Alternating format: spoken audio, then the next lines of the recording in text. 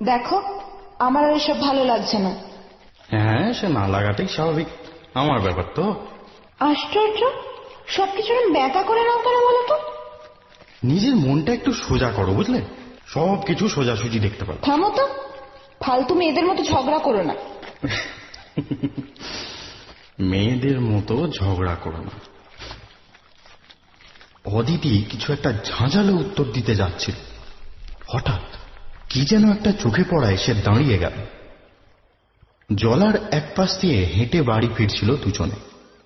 এতক্ষণে চারিদিক সন্ধ্যের অন্ধকার আর আধখানা চাঁদের জ্যোৎস্নায় আলো ছায়া হয়ে আছে। বিকেলের দিকে এক পশলা বৃষ্টি হয়ে গেছে, একটা ঠান্ডা হাওয়া বয়ে যাচ্ছে থেকে থেকে। অদিতি থেমে যেতে তার দিকে একবার তাকালো মৃন্ময়। ঝাঁঝালো উত্তরটা না পেয়ে বেশ অবাক হয়েছে সে। অদিতির চোখ কিন্তু জলার অন্ধকারে থমকে আছে। দৃষ্টি অনুসরণ করে সেদিকে তাকিয়ে মৃন্ময় অবাক হল। ঘাস আর ঝোপঝাড়ের ঘন অন্ধকারের মধ্যে একটা উজ্জ্বল আলো জ্বলছে। আশেপাশে অন্য আলো নেই, অর্থাৎ জলের উপর কোনো কিছু রিফ্লেকশন নয়। সব থেকে বড় কথা, আলোটা পুরোপুরি সাদা নয়, হালকা লাল আর সোনালি রং মিশে আছে তাতে। কি বলো তো ওটা? বিড়বিড় করে জিজ্ঞেস করে অদিতি। মৃন্ময় কিছু উত্তর দেয়। তারও মনটা কৌতূহলী হয়ে উঠছে। চারপাশে তেমন বাড়িঘর নেই, এদিকটায় বেশি লোকজনও যাওয়া আসা করে না। ফাঁকা জমির মাঝখানে এমন একটা অদ্ভুত আলো কে ফেলে যাবে? খানিকক্ষণ চেয়ে থেকে সে জবাব দেয়, বাল্ব জাতীয় কিছু মনে হচ্ছে। এসে দেখি একবার। মুখ ফিরিয়ে নেয় অদিতি, তারপর মৃন্ময়ের দিকে তাকিয়ে বলে, এত হাঘরে অবস্থা হয়েছে তোমার, রাস্তা থেকে বাল্ব কুড়িয়ে নিচ্ছ? কুড়িয়ে নেব বলেছি, একবার দেখে আসতে ক্ষতি কি? অদিতি আর আপত্তি করে না। তার নিজেরও মনে বেশ কৌতূহল হচ্ছে। যদি বাল্ব জাতীয় কিছু হয়, সেটাই বা জ্বলছে কি করে? সাবধানে ভিজে ঘাসের উপর পা ফেলে সেদিকে এগিয়ে যায় মৃন্ময়। খানিক দূরে গিয়েও সে থমকে দাঁড়িয়ে পড়ে। অদিতি কয়েক পা এগিয়ে মুখ বাড়িয়ে জিজ্ঞেস করে, কি হলো? মৃন্ময় প্রায় আধ মিনিট চুপ করে থেকে উত্তর দেয়, বাল্ব নয়,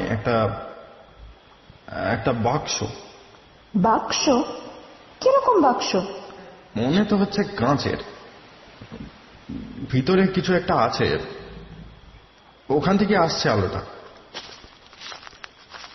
কাদা জলের উপর আরো দু এক পা হেঁটে সেটার দিকে এগিয়ে যায় মৃন্ময়। তারপর নিচু হয়ে তুলে নেয় জিনিসটা। সেটা ভালো করে দেখতে দেখতে দ্রুত পা চালিয়ে আবার রাস্তায় ফিরে আসে। কাঁচের বাক্সটার ভিতর থেকে গোলাপি আলো এসে পড়েছে তার মুখে। ভিতরের তরল পদার্থটা কেঁপে উঠছে বারবার। কি বলো তো এটা? অদিতি ভুরু কুঁচকে এতক্ষণ বাক্সটার দিকে তাকিয়েছিল, এবার কাঁচের উপর হাত রেখে বলে, কি জানি, এমন অদ্ভুত জিনিস জীবনে দেখিনি। আমিও। দুজনের চোখই এখন গোলাপি তরলের উপর স্থির। খারাপ কিছু নয় তো? মানে বোম টোম বলছো? কি জানি, আজকাল কত কি শুনি। তাহলে এমন জনশূন্য মাঠের মধ্যে পড়ে থাকবে কেন? আর তার থেকেও বড় কথাটা বলতে গিয়েও থেমে গেল মৃন্ময়। তার তর্জনীটা বাক্সের একটা বিশেষ জায়গায় এসে স্থির হয়ে যায়। নিচু গলায় অদিতিকে নির্দেশ দেয় সে, এখানটা দেখো। কি দেখবো? মৃন্ময়ের আঙুলটা তরলের একটা বিশেষ জায়গা নির্দেশ করছে। সোনালি রং সেখানে একটু বেশি জমাট বেঁধেছে। আস্তে আস্তে অদিতির মনে হয় কিছুর একটা আকার নিচ্ছে সেটা। কিছুক্ষণ এক দৃষ্টে সেটা লক্ষ্য করতেই শিউরে ওঠে অদিতি। মুখ দিয়ে ভয়ার্ত একটা শব্দ বেরিয়ে আসে তার। চোখ, দুটো জীবন্ত সোনালী চোখ ধীরে ধীরে ফুটে উঠছে সেখানে।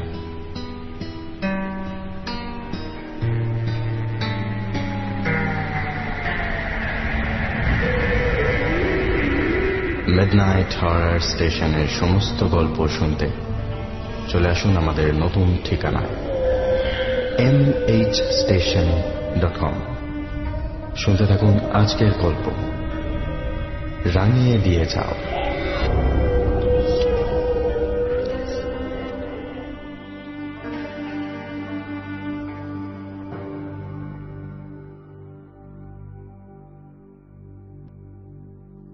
We realized we are all citizens of the universe. 321 দিন মহাকাশে কাটিয়ে পৃথিবীতে ফিরে এসে সুনিতা উইলিয়ামস বলেছিলেন কথাটা। পাড়া নয়, রাজ্য নয়, দেশ, এমনকি গ্রহ পর্যন্ত নয়, এই অন্তহীন মহাবিশ্বের নাগরিক আমরা। আমাদের হাজার হাজার বছরের ইতিহাসে ছাপ রেখে গেছে এই নাগরিকত্ব। ইজিপশীয় সভ্যতা, সুমেরীয় সভ্যতা, মায়া সভ্যতার মানুষরা বারবার চোখ রেখেছেন আকাশের দিকে। যা দেখতে পেয়েছেন লিখে রেখে গেছেন গুহা, পিরামিড বা পাহাড়ের দেওয়ালে। আমাদের সেই প্রাচীন পূর্বপুরুষেরা গোপন গুহার দেওয়ালে মশালের আলোয় ছেনি আর পাথর দিয়ে আমাদের উদ্দেশ্যে কিছু লিখে রেখে যেতে চেয়েছিলেন, হয়তো কিছুর সংকেত দিতে চেয়েছিলেন আমাদের। তার বেশিরভাগই এখনো অনাবিষ্কৃত হয়ে পড়ে আছে লোকচক্ষুর আড়ালে। সত্যিই তারা কি বলতে চেয়েছিল তা আজ হয়তো আর জানা সম্ভব নয়, কিন্তু সেই নিয়েই মিডনাইট হরর স্টেশনে আজ আমাদের গল্প রাঙিয়ে দিয়ে যাও।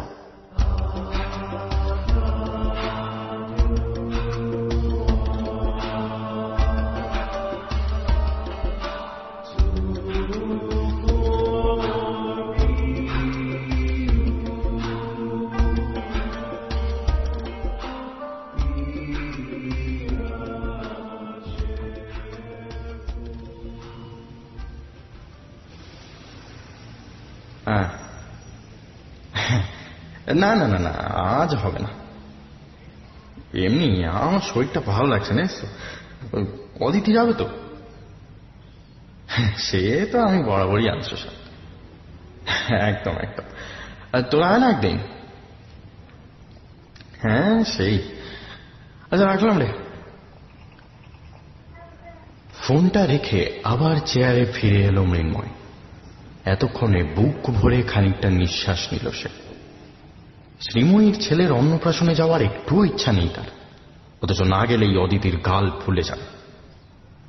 সকাল থেকে কিছু একটা ছুতো খুঁজছিল সে। গাটা একটু গরম লাগতেই শরীর খারাপের বাহানা করে চাদর মুড়ি দিয়ে শুয়ে পড়েছে। অদিতি প্রথমে বিশ্বাস করতে চায়নি, পরে কপালে হাত দিয়ে বুঝেছে গায়ে সত্যি জ্বর। লোকজন এমনিতেই বেশি পছন্দ হয় না মৃন্ময়।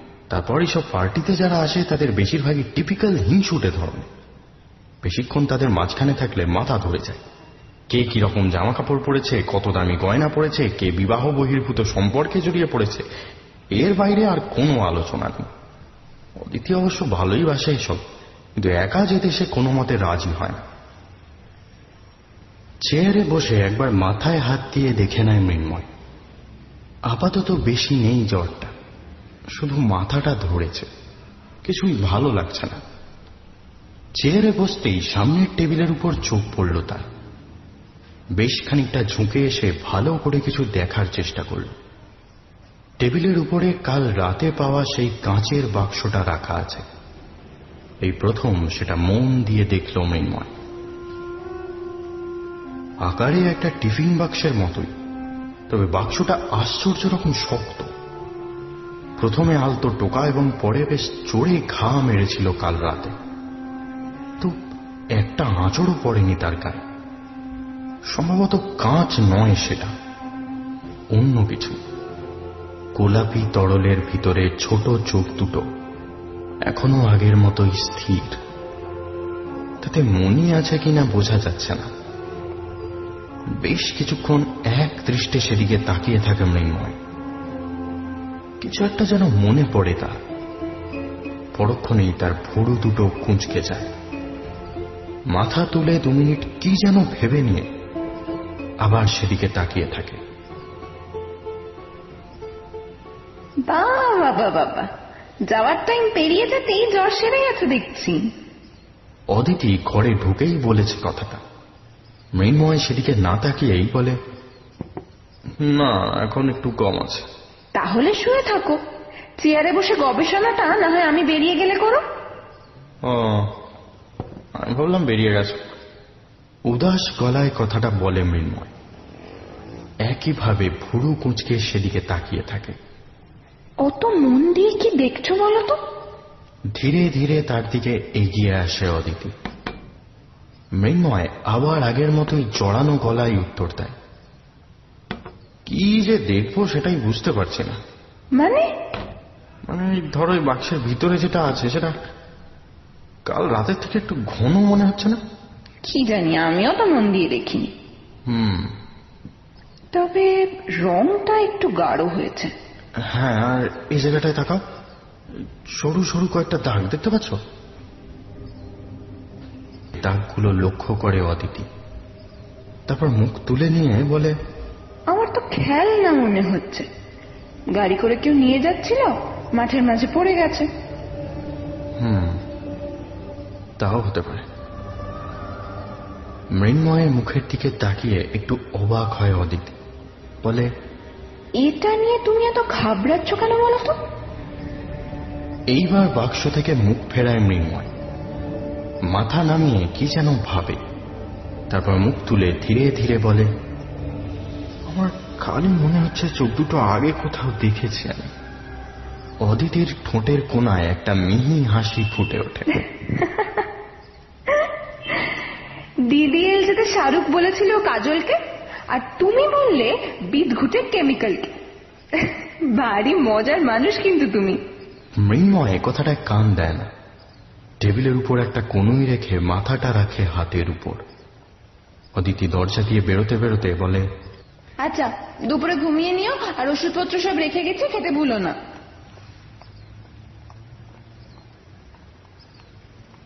অদিতি বেরিয়ে যেতে চেয়ার থেকে উঠে পড়ে মৃন্ময়। তারপর ধীরে ধীরে এগিয়ে যায় বুক সেলফটার দিকে। দেওয়ালের প্রায় আধখানা জুড়ে বুক সেলফ, নানা রকম বইতে ঠাসা সেটা। কি যেন দেখে একটু থমকে দাঁড়ায় সে।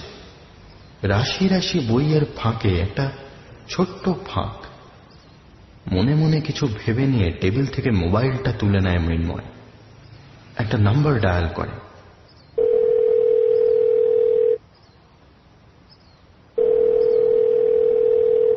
হ্যাঁ রে, বল। আচ্ছা, আমার নর্স মিথোলজির বইটা তুই নিয়ে গেছিলিস না? হ্যাঁ, তাই তো মনে হচ্ছে। তা প্রায় মাসখানেক আগে। ওটা নিয়ে তাড়াতাড়ি চলে আয় আমার বাড়িতে। এক্ষুনি? মানে কাল সকালে না হয়? না, এক্ষুনি, যত তাড়াতাড়ি সম্ভব। ব্যাপার বলতো মানে সেটা এলেই বলবো। আমার শরীর ভালো নেই, এখন রাখছি।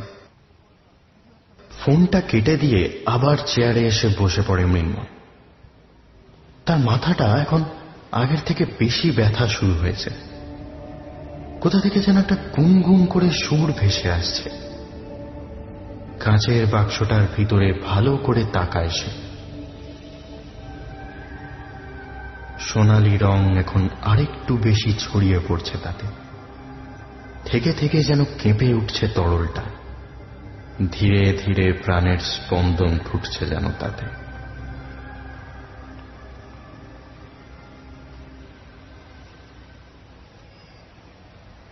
মৃন্ময়ের দরজায় এসে দাঁড়িয়ে পড়ে সুমন্ত।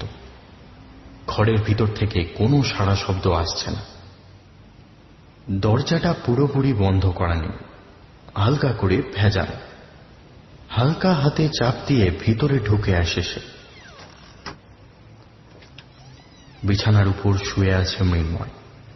তার একটা হাত মাথার নিচে রাখা। মাথার চুল বেশ এলোমেলো। ঘরের আশেপাশে তাকিয়ে বিশেষ কিছু চোখে পড়ে না তার। ধীরে সুস্থে মৃন্ময়ের দিকে এগিয়ে আসে সুমন্ত। মাথায় হাত দিয়ে হালকা ঠেলা দেয়।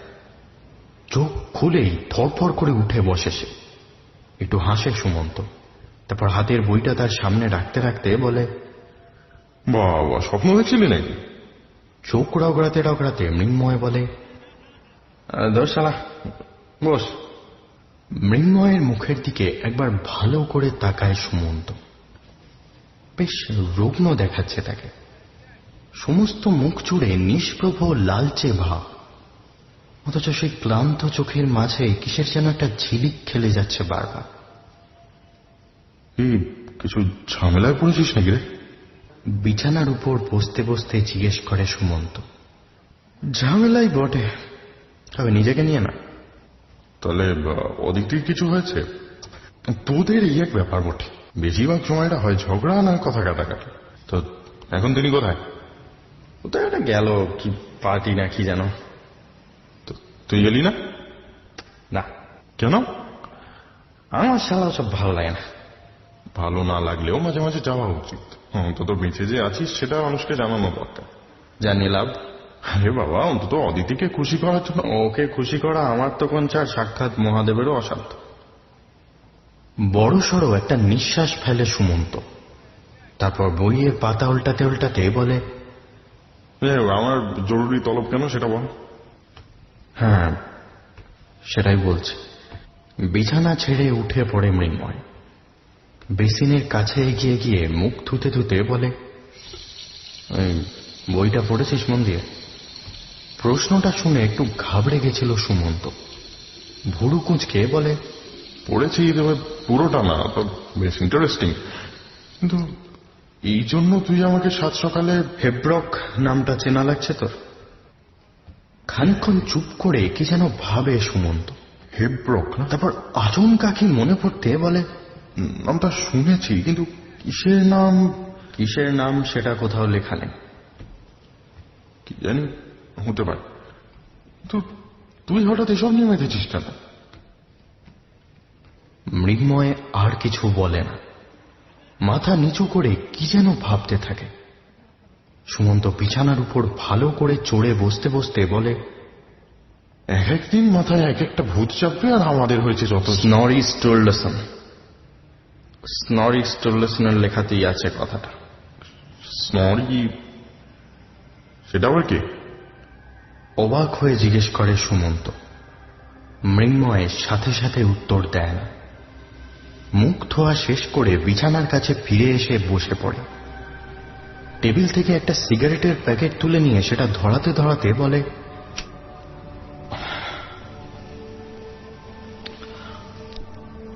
আজ থেকে 1000 বছর আগে প্রায় একা হাতে নর্স মিথোলজির বেশিরভাগটা লিখেছিলেন ভদ্রলোক। তবে নিজে বানিয়ে নয়, সেই সময়কার মুখে মুখে চালু গল্পগুলোকে লেখায় ধরে রেখেছিলেন। হেব্রকের কথা তিনি শুনেছিলেন এক মরণোন্মুখ বৃদ্ধের মুখে, ফলে ঘটনার সত্যতা যাচাই করার সুযোগ পাননি। হ্যাঁ, কিন্তু আমি এখনো বুঝতে পারছি না এর সাথে তোর বা আমার সম্পর্ক। তবে সেই বৃদ্ধের কাপড়ের ভাঁজে একটা হাতে আঁকা ছবি পেয়েছিলেন স্টুরলসন। সে ছবিখানা আছে এই বইতে। এতে? বইখানার দিকে একবার তাকিয়ে জিজ্ঞেস করে সুমন্ত। তারপর সেটা হাতে তুলে নিয়ে পাতা উল্টাতে থাকে। হ্যাঁ, একটা চোখের ছবি। তবে হাতে আঁকা ছবি বলে বোঝার উপায় নেই সেটা মানুষের, কোন প্রাণীর নাকি নাকি অন্য কিছু। অন্য কিছু? বইটা বন্ধ করে সন্দেহের চোখে তাকায় সুমন্ত। মৃন্ময় মাথা নাড়ে, একটা বড় সড়ো দীর্ঘশ্বাস ফেলে বলে, স্টুরলসনের থেকে এর বেশি কিছু পাওয়া সম্ভব নয়। তিনি এ নিয়ে আর কিছুই লিখে যান। সুমন্ত আর কিছু জিজ্ঞেস করে না। বইতে চোখের ছবিটা এতক্ষণে খুঁজে পেয়েছে সে। সেটাকেই ভালো করে উল্টে পাল্টে দেখার চেষ্টা করে। বেশ বোঝা যায় আসল হাতে আঁকা ছবিখানা সময়ের সাথে সাথে পাল্টে গেছে। কিছুক্ষণ পরে সে বিরক্ত হয়ে বইটা রেখে দিয়ে বলে, হ্যাঁ, এবার এসব ইতিহাস ঘাঁটা বন্ধ কর। শরীর ঠিক হলে কদিন করতে ঘুরে আসে। হ্যাঁ, সেই ভালো। ঘেন্না ধরে গেল সব। বাবা, এর মধ্যে সন্ন্যাসী? ব্যাপার কি বলতো? ওকে সহ্য হয় না। কেন? কেমন যেন টিপিক্যাল টাইপের, মেয়েলি হয়ে যাচ্ছে দেখতে। কালকে আবার জন্মদিন আছে, সেটা নাকা নাকা জিনিস দাবি করে বস। মেয়েরা মেয়েলি হবে, এতে আর আশ্চর্য কি? আমার কিন্তু একটা ব্যাপার আশ্চর্য লাগছে জানিস। কি ব্যাপার? বইটা এতদিন আমার কাছে পড়েছিল, ভেবেছিলাম ফেরত দেব, তুইও হয়তো ভুলে গেছিলি, অথচ মনে পড়তে একবারও কথা শোনালি না। বইপত্র নিয়ে এত উদার তো আগে হতে দেখিনি তোকে। মৃন্ময় অল্প হেসে বলল, আমার তো পড়াই আছে, খামোকা ঝগড়াঝাটি করতে ইচ্ছা করে না, এমনিতেই তো বাড়িতে সারাদিন চলছে। তো সেই জন্যই এত সকালে ডেকে আনলি আমাকে? একটা জিনিস দেখানোর আছে তোকে। কি জিনিস? মৃন্ময় ধীরে ধীরে আলমারিটার দিকে এগিয়ে যায়, পাল্লা খুলে কাপড়ে মোড়া কিছু একটা বের করে আনে। সুমন্ত অবাক হয়ে দেখে জিনিসটা। কাঁচের বাক্সের ভিতর একটা লালচে হলুদ পদার্থ, একটা জেলির মতো, অল্প অল্প নড়ে উঠছে যেন সেটা। কি রে, পেলি কোথায়? সেটা পরের কথা, আগে দেখ ভালো করে। কাঁচের বাক্সটা সাবধানে হাতে নিয়ে ভালো করে দেখে সুমন্ত। জেলিটা প্রথমে সাধারণ মনে হলেও এখন সে অবাক হয়ে লক্ষ্য করে অদ্ভুত কয়েকটা নকশা ফুটে উঠছে তার উপর, যেন সরু পেন্সিল দিয়ে অজানা ভাষায় কেউ কিছু লিখতে চেয়েছে তার উপর। সমস্ত জিনিসটা ছড়িয়ে গিয়ে কিসের যেন একটা আকৃতি নিতে চাইছে জেলিটা, অথচ ঠিক কিসের সেটা বোঝা যাচ্ছে না। কাল রাতে জলার ধার দিয়ে ফিরতে ফিরতে কুড়িয়ে পেলাম জানিস, তখন অবশ্য এতটা ঘন ছিল না। তুই কিছু বুঝতে পারছিস? যা, ভাবলাম তোর এসব দিকে নলেজ আছে, কিছু একটা বের করতে পারবি। কাঁচের বাক্সের ভিতর রঙিন জেলি, দারুণ জিনিস কুড়িয়ে পেয়েছিস তো। সুমন্ত ব্যঙ্গের সুরে কথাটা বলে ভালো করে দেখতে থাকে বাক্সটা।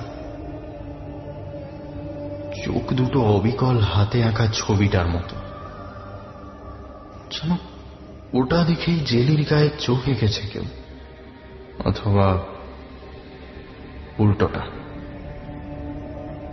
বাক্সটা পাশে রেখে উঠে দাঁড়ায় সুমন্ত। কিছু একটা চিন্তা তার কপালে ভাঁজ ফেলেছে। মন দিয়ে কি যেন ভাবতে থাকে সে। আমি শুধু ভাবছি, যদি সত্যি এটা কোনো প্রাগৈতিহাসিক প্রাণীর প্রাথমিক অবস্থা হয়, সেখানে এলো কি করে? তার থেকেও বড় কথা, এখনো যদি তারা টিকে থাকে তাহলে দেখা যায় না কেন? সুমন্তর মুখের দিকে তাকিয়ে একটু থমকে যায় মৃন্ময়। তার ভুরু দুটো ভয়ানক কুঁচকে গেছে, গালের পাশ দিয়ে একটা লাল আভা ছড়িয়ে পড়ছে ধীরে ধীরে। কি হলো রে, চুপ করে গেলি যে? তোর চোখ দুটো চেনা লাগছে, আর আমার চেনা লাগছে এই উল্টো দিকের দাগগুলো। কোথায় যেন দেখেছি। দাগ? মৃন্ময় কিছু বুঝতে পারে না।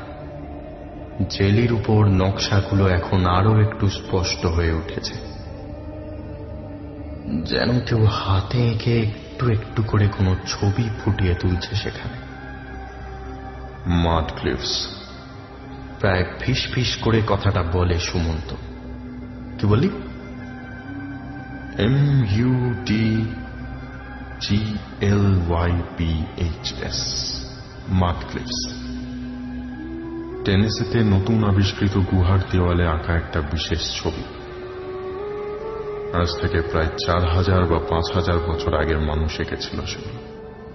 সেখানেই দেখেছিস দাগগুলো? হ্যাঁ, কিন্তু শুধু সেখানে নয়, ইজিপ্টের পিরামিডের দেওয়ালে মাঝে মাঝে অদ্ভুত দুটো ডানার ছবি দেখতে পাওয়া যায়। শরীর নেই, শুধু ডানা, হিয়েরোগ্লিফস, সেখানেও আছে দাগগুলো। তাছাড়া আরব দেশের মিথোলজিক্যাল ক্রিয়েচার হুপি। কথাগুলো বলতে গিয়েও থেমে যায় সুমন্ত। তারপর এক দৃষ্টে কাঁচের বাক্সটার দিকে তাকিয়ে থাকতে থাকতে বলে, হাজার হাজার বছর আগের সভ্যতা পৃথিবীর সম্পূর্ণ আলাদা প্রান্তে, কয়েক হাজার বছর সময়ের ব্যবধান, অথচ একই প্রাণী বারবার ফিরে আসছে তাদের শিল্পে। এর কি মানে হতে পারে? কি? আমার অনুমান যদি সত্যি হয়, তাহলে প্রাণীটা শুধু প্রাগৈতিহাসিক নয়, মহাজাগতিক।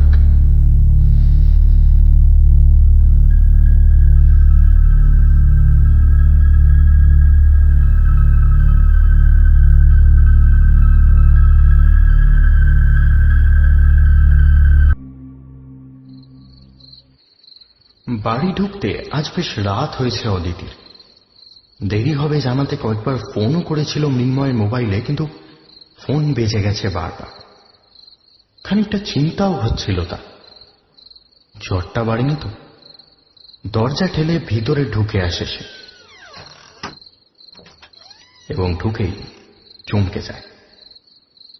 একটা লম্বাটে চেহারার লোক কি যেন একটা চেপে ধরে বেরিয়ে যাচ্ছে ঘর থেকে। অদিতি চিৎকার করে উঠতে গিয়েও থেমে যায়। লোকটাকে সে চেনে, সুমন্ত। হাত বাড়িয়ে ঘরের আলো জ্বেলে নেয় সে। তারপর সন্দেহের সুরে বলে, তুমি হঠাৎ এখানে? আর মৃন্ময় কই? কি যেন ভেবে একটু থতমত খেয়ে যায় সুমন্ত। অদিতি যে ঠিক এই সময় ঘরে ঢুকে পড়বে সে কথা আগে ভাবেনি সে। হাতের কাপড়ে মোড়া জিনিসটাকে আরেকটু শক্ত করে ধরে বলে, আসলে ও একটু পরে ফিরবে, আমাকে একটা জিনিস নিয়ে যেতে বলল। কি জিনিস? আরো নিজে আসেনি কেন? এক পা এগিয়ে আসে সুমন্ত। ও আসলে একটা কাজে আটকে পড়েছে। এতক্ষণে অদিতি বুঝতে পারে কিছু একটা গন্ডগোল ঘটেছে। সারাদিনের ক্লান্তি আর ঘরে ঢুকেই অচেনা মানুষকে বেরোতে দেখে এতক্ষণে তার রাগ চরমে উঠেছে। এগিয়ে এসে কিছু একটা বলতে যায় সে, কিন্তু পারে না। অবাক হয়ে যায় অদিতি। কথাটা যেন গলার কাছে এসেও আটকে গেছে। একটু একটু করে কমে আসছে রাগটা। সাধারণত এমনটা হয় না। একবার রাগ বাড়তে থাকলে আর কমে না তার। গুনগুন করে কিসে যেন একটা আওয়াজ আসছে কানে। সেটা শুনতে শুনতে সে বলে, আচ্ছা, ওকে বলো আমার ফোনটা ধরতে। আচমকা অদিতির মুখের রং পাল্টে যাওয়াতে খানিকটা অবাকই হয়েছিল সুমন্ত।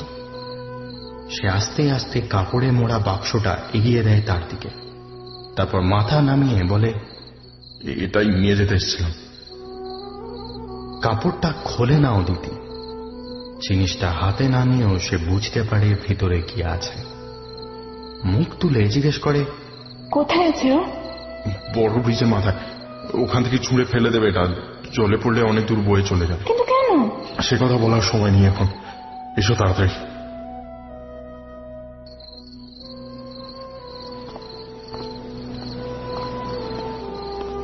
সুমন্তর দেরি হচ্ছে দেখে বেশ অস্বস্তি হচ্ছিল মৃন্ময়।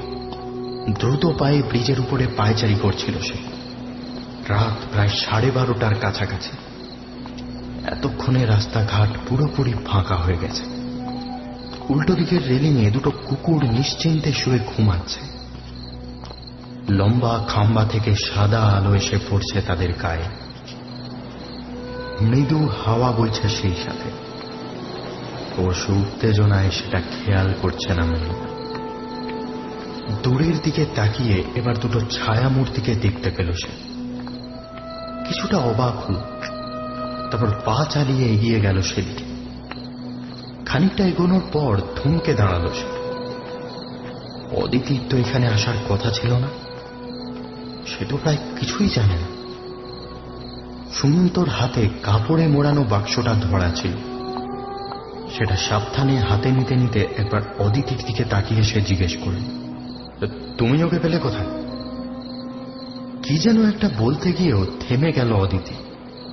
সুমন্ত বলল, আমি ঘর থেকে বেরোচ্ছিলাম, ও ঢুকলো। অবশ্য কিছু বলা হয়নি ওকে। সেটা ভালো করেছিস। আগে এটাকে বিদায় করতে হবে। কিন্তু হঠাৎ ফেলে দিচ্ছ কেন? তোমাকে সব বলবো। আগেটার ব্যবস্থা করি। আপাতত শুধু এটুকু জেনে রাখো, এর ভিতরে যা আছে সেটা জীবিত। জীবিত? কিন্তু এরম কিছুর কথা শোনোনি কোনোদিন? সম্ভবত কয়েক হাজার বছর আগে হাতে গোনা কয়েকজন ছাড়া এর কথা শোনেনি কেউ। আর কিছু জিজ্ঞেস করে না অদিতি। মৃন্ময় কাপড়ের বাক্সটাকে শক্ত করে চেপে ধরে ব্রিজের একদিকে রেলিং বরাবর এগিয়ে যায়। মৃদু হাওয়াটা ঘন রাতের সুযোগে এতক্ষণে একটু একটু করে বেড়ে উঠেছে। সেই হাওয়ার টানে একবার একটু সরে যায় কাপড়টা। মুহূর্তের জন্য অবাক বিস্ময়ে অদিতির নিঃশ্বাস বন্ধ হয়ে আসে। কাচের বাক্সটা এখন আর শক্ত নেই, বরঞ্চ অজস্র ফুটো ফাটা দাগে ছেয়ে গেছে সেটা। ভিতর থেকে আরেকটু চাপ পড়লেই ভেঙে যাবে। ছিটকে আসা গোলাপি আভায় চোখ ধাঁধিয়ে গেছিল অদিতি। সে অন্যদিকে মুখ ফিরিয়ে নেয়। ব্রিজের নিচে জলের বেগ খানিকটা বেশি। সেদিকে লক্ষ্য করেই কাপড় শুদ্ধ বাক্সটা ছুঁড়ে দেয় মৃন্ময়। হাওয়াতে ছিটকে গিয়েই কাপড়টা উড়ে যায় দূরে। একটা তীব্র গোলাপি আভায় ভরে যায় নদীর বুক। বাক্সের ভিতরটা এখন আর চৌকো নেই, কিছুর একটা আকৃতি ধারণ করেছে সেটা। তার মাথাটা সরু, ঘাড়ের কাছে অজস্র কাঁটা ফুটে উঠছে। সেই সাথে দুটো আশ্চর্য রকম লম্বা উজ্জ্বল টান। মুহূর্তের জন্য স্তব্ধ হয়ে গেছিল তিনজন।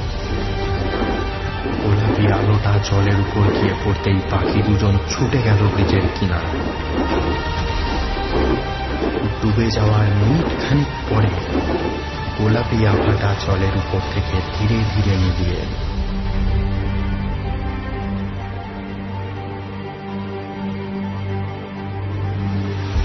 একটা বড় সড়ো নিঃশ্বাস ফেলল মৃন্ময়।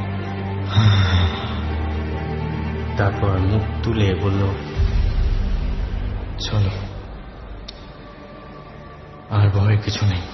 তুমি এখনো বললে না কি ছিল ওটা? সুমন্তর মুখের দিকে একবার তাকালো মৃন্ময়, তারপর পা চালাতে চালাতে বলল, পৃথিবীর ইতিহাস জুড়ে ছড়িয়ে থাকা রহস্যময় মহাজাগতিক প্রাণী হেব্রক। এটা সম্ভবত তার জন্মদশা।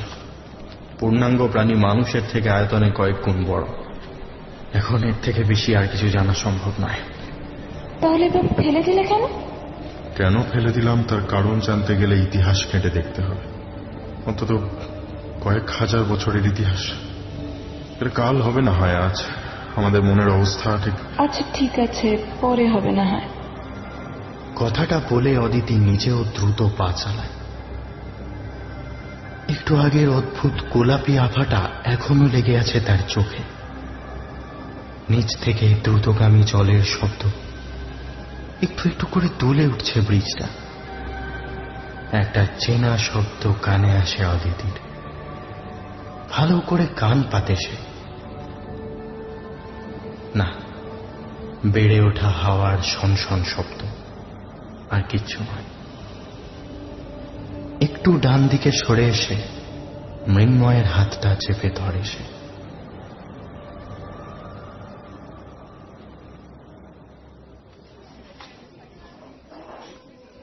আজকের দিনটা একটু বেশি ঝলমলে।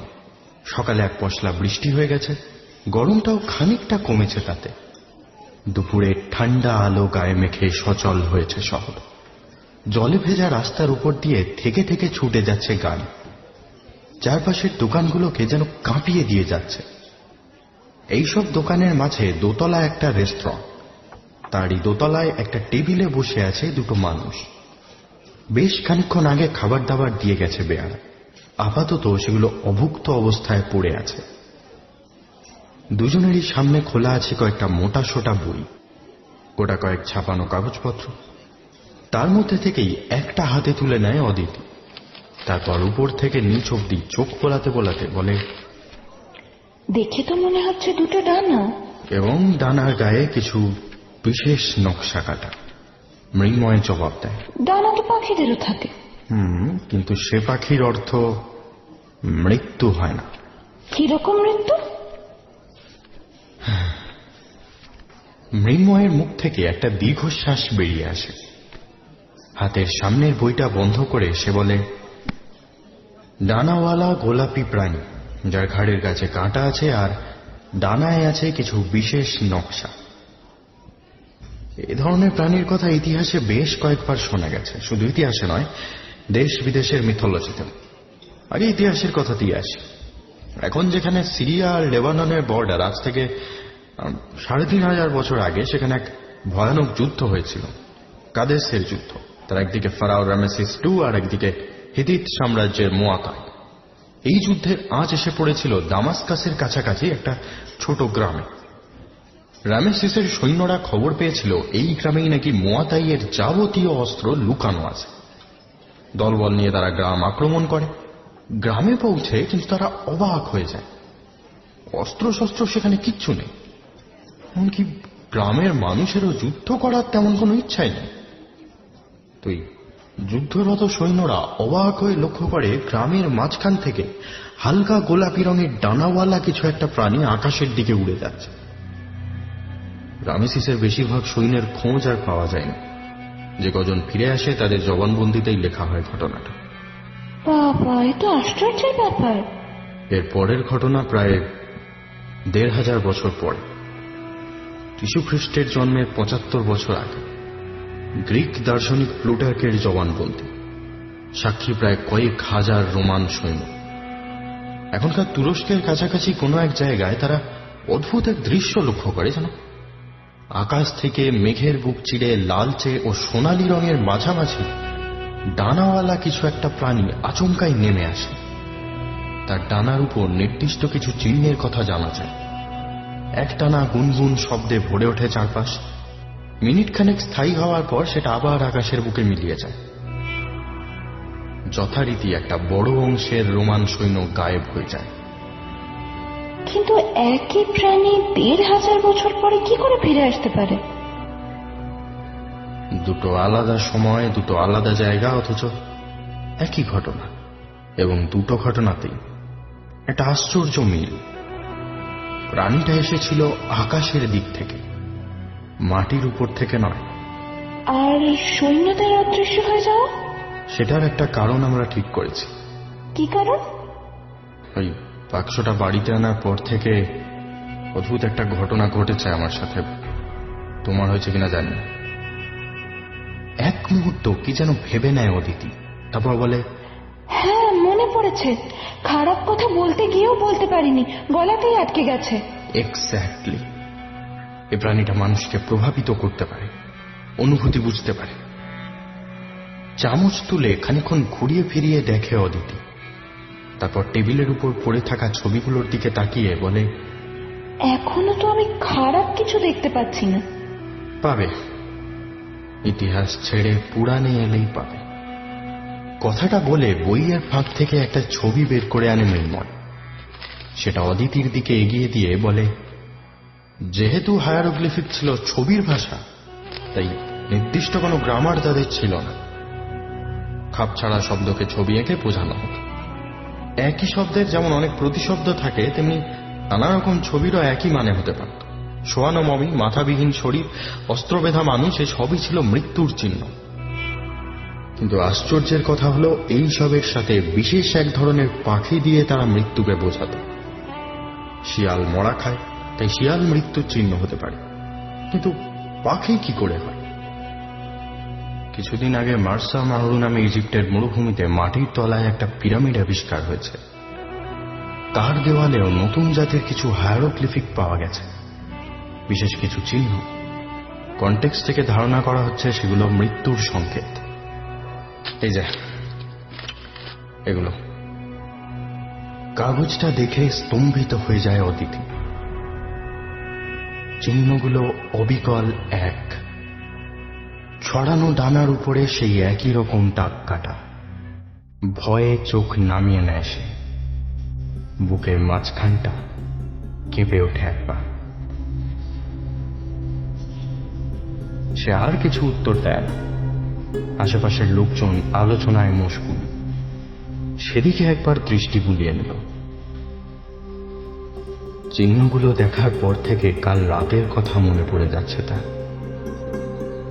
সেই আশ্চর্য স্বচ্ছ গোলাপি প্রাণীটার ডানা ছিল, অথচ সে একবারও ওড়ার চেষ্টা করেনি। সম্ভবত তখনও উড়তে শেখেনি সে। সামনের পড়ে থাকা কাগজগুলোর উপর ডানার নকশাটা আঁকা রয়েছে, অনেকটা মশার কয়েলের মতো নকশাটা। সেই সাথে সরু সরু ফুটকি লাইন দিয়ে জড়িয়ে ধরেছে রেখাগুলোকে। একটা ব্যাপার ভেবে অবাক লাগে অদিতির। হেব্রক আর যাই হোক পৃথিবীর প্রাণী সে নয়, তবে কয়েক শতাব্দী পরে সে পৃথিবীতে আসে। আমরা যে কাচের বাক্সটা কুড়িয়ে পেয়েছিলাম সেটা হয়তো সত্যজাত। কিন্তু এমনও তো হতে পারে প্রাণীটা ক্ষতিকর কিছু না। হতে পারে, তবে ট্র্যাক রেকর্ড বলছে উল্টোটা হওয়ার সম্ভাবনাই বেশি।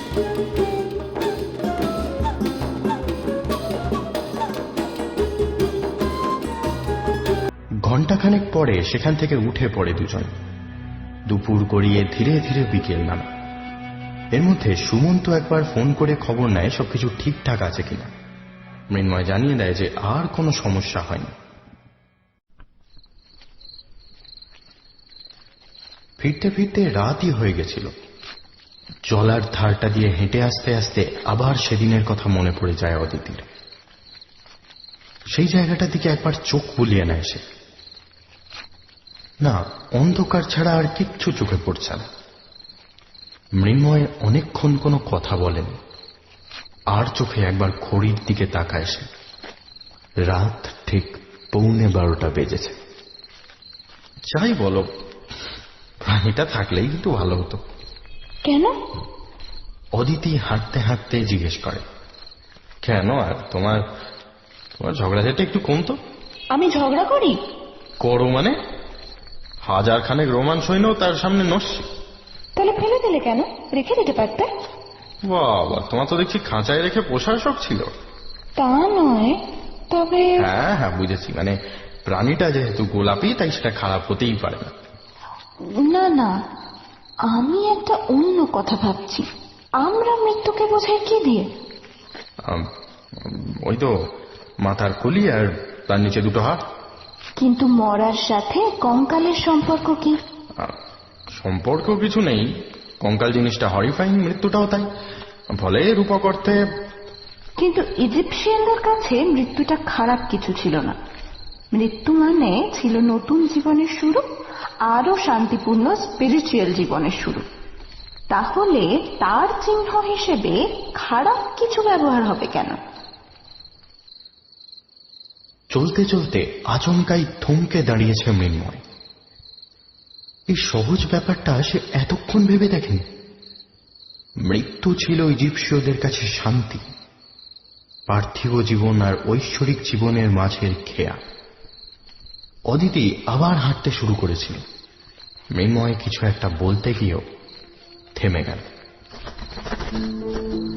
চারপাশে এতক্ষণের অন্ধকারটা একটু একটু করে ফিকে হয়ে আসছে। একটা হালকা লালচে সোনালি রঙে ভরে যাচ্ছে জলার ধারটা। সেই সাথে মিহি একটা সুর ভেসে আসছে। এই সুরটা ওরা দুজনেই চেনে, শুধু আগের থেকে এখন আরেকটু বেশি স্পষ্ট।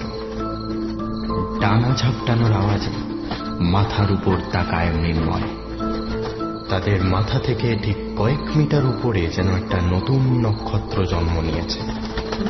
তার উজ্জ্বল রং নিয়ন আলোর মতো ছড়িয়ে পড়ছে চারিদিকে। সোনালি চোখের মণিটা এক দৃষ্টে তাকিয়ে আছে অদিতির দিকে। মনে হলো যেন একটু একটু করে নিচের দিকে নেমে আসছে। দুজনের কারোর মুখেই কোনো কথা ফোটে না। অদ্ভুত মায়াজালে যেন তাদের বন্দি করেছে পাখিটা। মৃন্ময়ের ডান হাতটা নিজে থেকেই উঠে আসে উপরে। ধীরে ধীরে ডানা ঝাপটাতে ঝাপটাতে আঙুলের উপর দুটো পা রাখে পাখিটা। মৃন্ময়ের মুখ থেকে অস্পষ্ট একটা শব্দ বেরিয়ে আসে। ব্রক। এতক্ষণে অদিতিও এগিয়ে এসেছে কাছে। সেও সম্মোহিতের মতো তাকিয়ে থাকে পাখিটার দিকে। একটা গোলাপি আভায় ঢেকে গেছে তার সমস্ত মুখ। এক টুকরো হাসি লেগে আছে ঠোঁটের কোণে। বাঁ হাতটা পাখিটার পিঠে বুলিয়ে দিচ্ছিল মৃন্ময়। পাখিটাও এতক্ষণ এদিক ওদিক মুখ ফিরিয়ে কিছু দেখার চেষ্টা করছিল। সম্ভবত চারপাশটা এখনো ভালো করে বুঝে উঠতে পারেনি সে। আচমকাই মুখ ফিরিয়ে মৃন্ময়ের বাঁ হাতের আঙুলে সজোরে কামড়ে দিল সে। ছটফটিয়ে উঠে হাত সরিয়ে নিল মৃন্ময়। আঙুলের উপর সরু ধারায় রক্ত নেমেছে। ঘাবড়ে গিয়ে ডানা ঝাপটে বেশ খানিকটা উপরে উঠে গেল পাখিটা। একবার নিচে তাকালো, তারপর উন্মুক্ত ডানায় ভর দিয়ে উঠতে লাগলো আরো উপরে। রাতের আকাশে একমাত্র চাঁদটাকেই ভালো করে দেখতে পেল সে। সেটার দিকেই উড়ে একটু একটু করে ছোট হয়ে এলো।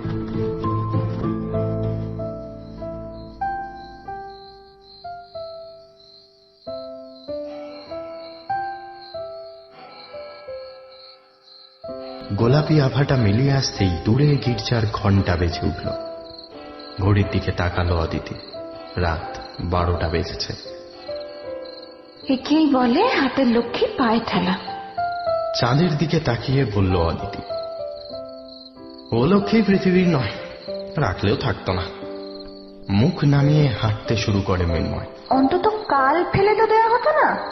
বেশ হয়েছে হাতে কামড়ে দিয়েছে।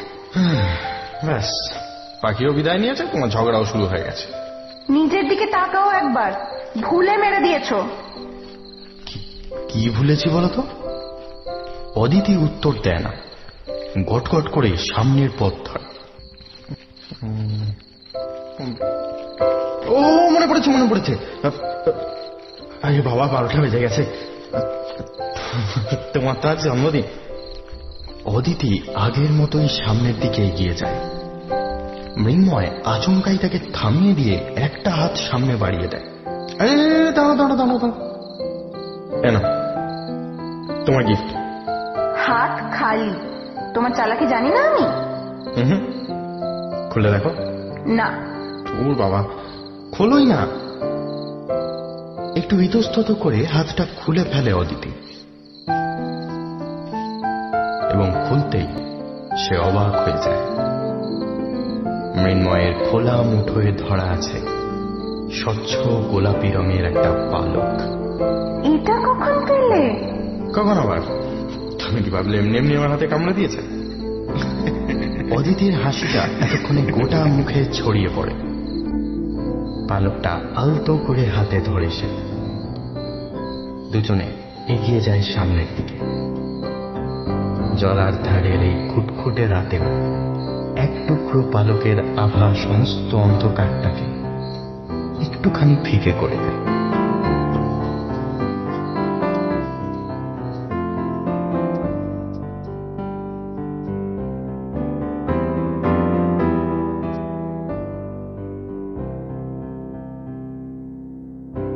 আমাদের পৃথিবীতে যা কিছু ভালো তার সবই ক্ষণস্থায়ী। ইতিহাসের পাতা জুড়ে রক্তক্ষয়, খুন, যুদ্ধ। এই মৃতদেহের স্তূপের উপর দাঁড়িয়েও কখনো বিকেলের আকাশের দিকে তাকালে সূর্যটা চোখে পড়ে। বিজ্ঞান বইতে পড়েছিলাম সূর্য সমস্ত শক্তির উৎস। শুধু আমাদের কেউ শেখায়নি সে আলোর উৎস। সারাদিন 7টা রঙে আমাদের রাঙিয়ে দিয়ে সন্ধ্যায় অস্ত যায় সে। চাইলে যোগাযোগ করতে পারেন আমাদের সাথে shayok@mhstation.com এই ঠিকানায়, অথবা টিপচানি@mhstation.com এই ঠিকানায়। শুনছিলেন মিডনাইট হরর স্টেশনের গল্প রাঙিয়ে দিয়ে যাও। সবাই ভালো থাকবেন। শুভরাত্রি।